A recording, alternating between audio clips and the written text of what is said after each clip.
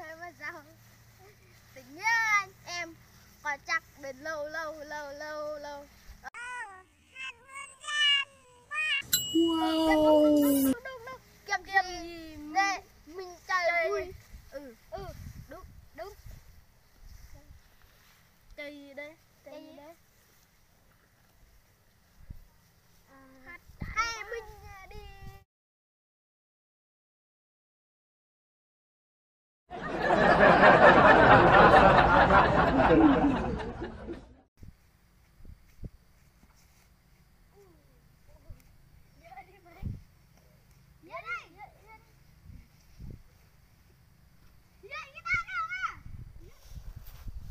Hello anh em nha. Hôm nay chúng tôi làm sung đây nha. Sung đây mọi người biết không? Đấy, cái là bắt này.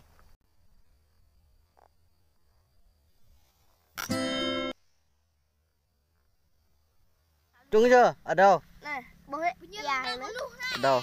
Nước nó đâu? Đây hả? Trúng cái lao, trúng cái cây ba. Tả lao quá. Tao trúng đây này. Đâu, trúng nào? Đây. Chảo quá. Bữa nay tao sao à? Ừ. Nè. Đâu? Cái nào? Đây do thổi rắt mà. Thật.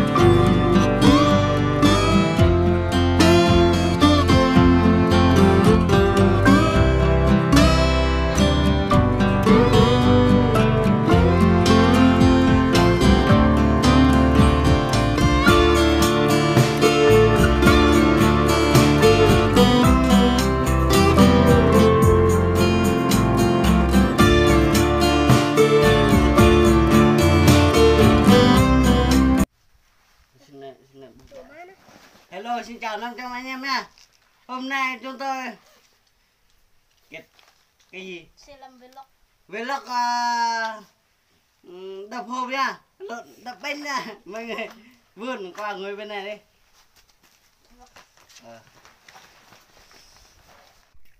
Xuân, ăn không nổi nữa hả? Để bụng kia.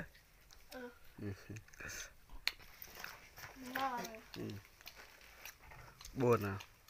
Buồn lắm em ơi. Tao không buồn. Tại sao mày không buồn? Đồ má đồ chật lắc ấy. Mày thấy giận hờn. Thôi ăn tiếp mà mọi người. Anh em chắc mình ăn không nổi rồi. Đem về cho em ăn. Nó ở nhà một mình tội nghiệp nó lắm. Này, các bạn hay một quá thôi nha. Cái răng róc ấy này. Cái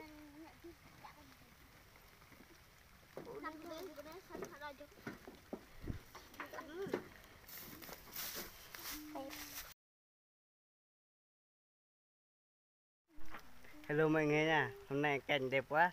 Mình vô chơi chứ mình không vô pha cái gì đâu nha mọi người. Đấy. mưa đây. Đây mưa đây. Thế mình tạm ở đây. Mình không về được. Còn con bò mình cột ở chỗ kia. Đó. Lên. Tí xe mưa. Ngoại này ta đây.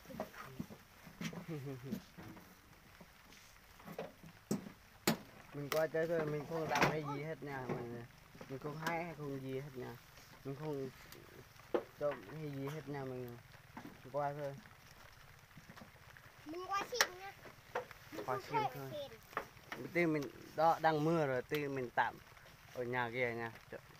Nếu chú ấy có xem video này cho con tạm ở lều chú nha. Giờ mưa. Còn con bò con để cột chỗ kia để nó.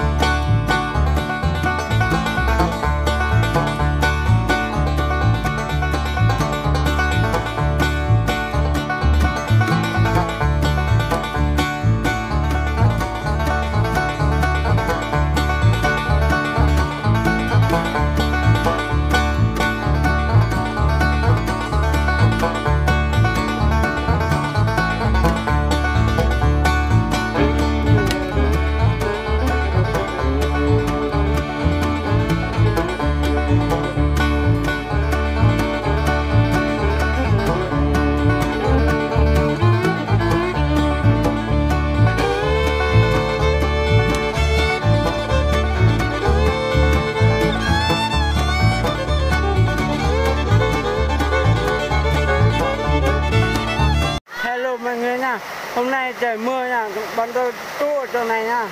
Đó, mọi người thấy không? Đó, mưa đây. Còn đây. Đó, đốt lửa cho nó ấm, lạnh quá. Này ướt áo hết. Ăn đi, ăn đi.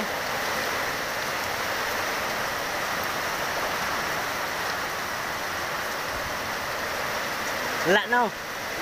Lạnh lắm. Không à? Lạnh lắm. Lạnh à? Nó mặc áo lạnh mà. À. Gì? Nó mặc áo lạnh mà. Ừ. Thôi, đây đi.